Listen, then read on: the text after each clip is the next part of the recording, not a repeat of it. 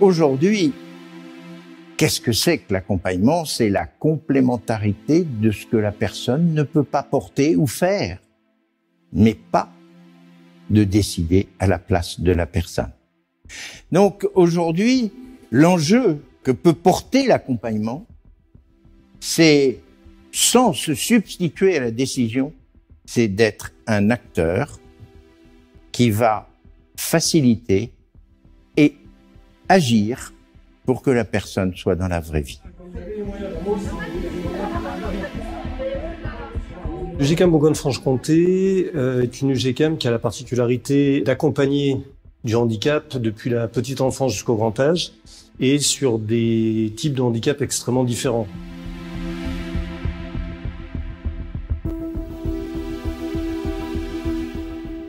La problématique de l'accès aux soins des personnes que nous accompagnons s'est posée relativement tôt. Nous avons été signataires de la charte Romain Jacob assez tôt, dès 2015, et au regard de l'intensité des besoins constatés dans les établissements, nous avons trouvé naturel de proposer à la Caisse nationale l'expertise de l'UGCAM BFC en matière de handicap, couplée avec cette problématique de l'accès aux soins. Pour mettre en œuvre ce plan local d'accès aux soins, nous avons mobilisé 4 leviers. D'abord, la formation. Ensuite, nous avons mobilisé le partenariat local et en premier lieu, les ressources de l'assurance maladie. Le troisième levier que nous avons mobilisé, c'est de proposer une offre de service au niveau de la Caisse nationale.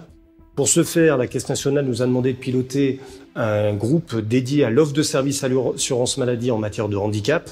Une dernière action a été mobilisée pour agir sur la problématique de l'accès aux soins, c'est les actions en matière de recherche, à travers 2 éléments. D'une part, nous avons réalisé une recherche-action avec l'École nationale de la sécurité sociale ayant pour thème l'accès aux soins des personnes handicapées. Et puis, nous avons évalué la totalité de nos projets personnalisés par le biais du laboratoire de recherche de l'Université de Bourgogne de Dijon, qui nous a permis de construire des réponses d'accès aux soins personnalisés pour chacun des bénéficiaires du UGCAM Bourgogne-Franche-Comté.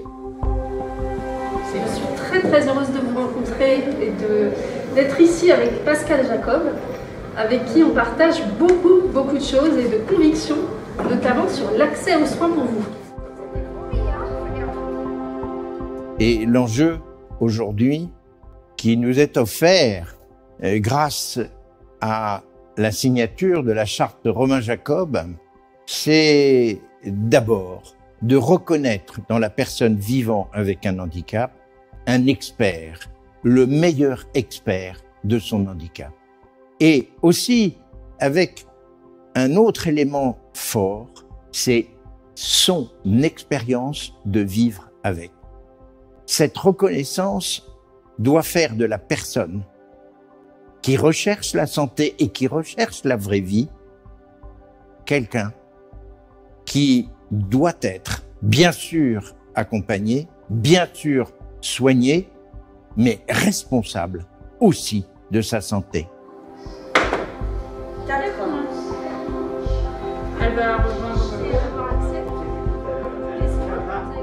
Bon, moi, ça fait qu'1 an que je vais être là. Donc, c'est vrai que c'est pas facile. C'est quand même compliqué. Ils ont fait leur travail pour améliorer notre situation. Parce que même pour eux, ça doit pas être facile non plus. Donc, voilà.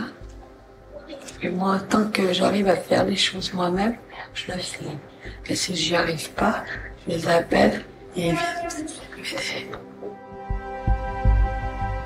Il faut que l'entourage de la personne qui vit avec un handicap, que ce soit sa famille, que ce soit ses amis, que ce soit les professionnels, que ce soit les éducateurs, que ce soit les soignants, ils doivent comprendre que il est impossible d'agir pour la personne vivant avec un handicap en oubliant l'accompagnement. Tu as rempli le questionnaire.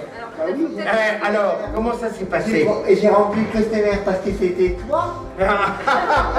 Le département, on est dans le 71, c'est ça? Oui. Quel type de soins as-tu besoin? C'est des soins de rééducation, c'est pour t'aider à faire des mouvements? La balnéo ou c'est pour te détendre? C'est pour faire des mouvements. Donc c'est de la rééducation, c'est bien. Tu as fini de remplir ton questionnaire en handifaction. Oui. Voilà, c'est fait pour aujourd'hui.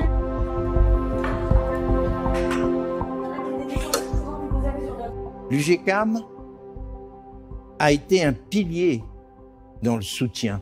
Le partenariat d'Handidactique avec la Caisse nationale d'assurance maladie, avec l'ensemble de toutes les CEPAM, avec l'UGCAM, nous a permis de multiplier par 5 le nombre de répondants, nous a permis d'apporter beaucoup plus de précision dans l'analyse et dans la capacité à écouter le plus grand nombre de personnes qui répondaient au questionnaire Handifaction.